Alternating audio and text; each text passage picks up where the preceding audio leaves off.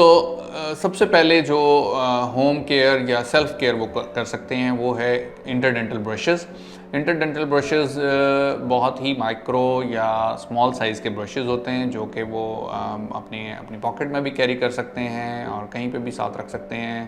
तो उनको ब्रेसेस के दरमियान में और तार के दरमियान में वो इजीली फेर के अपने दांतों की सफाई और क्लीनिंग का ख्याल रख सकते हैं।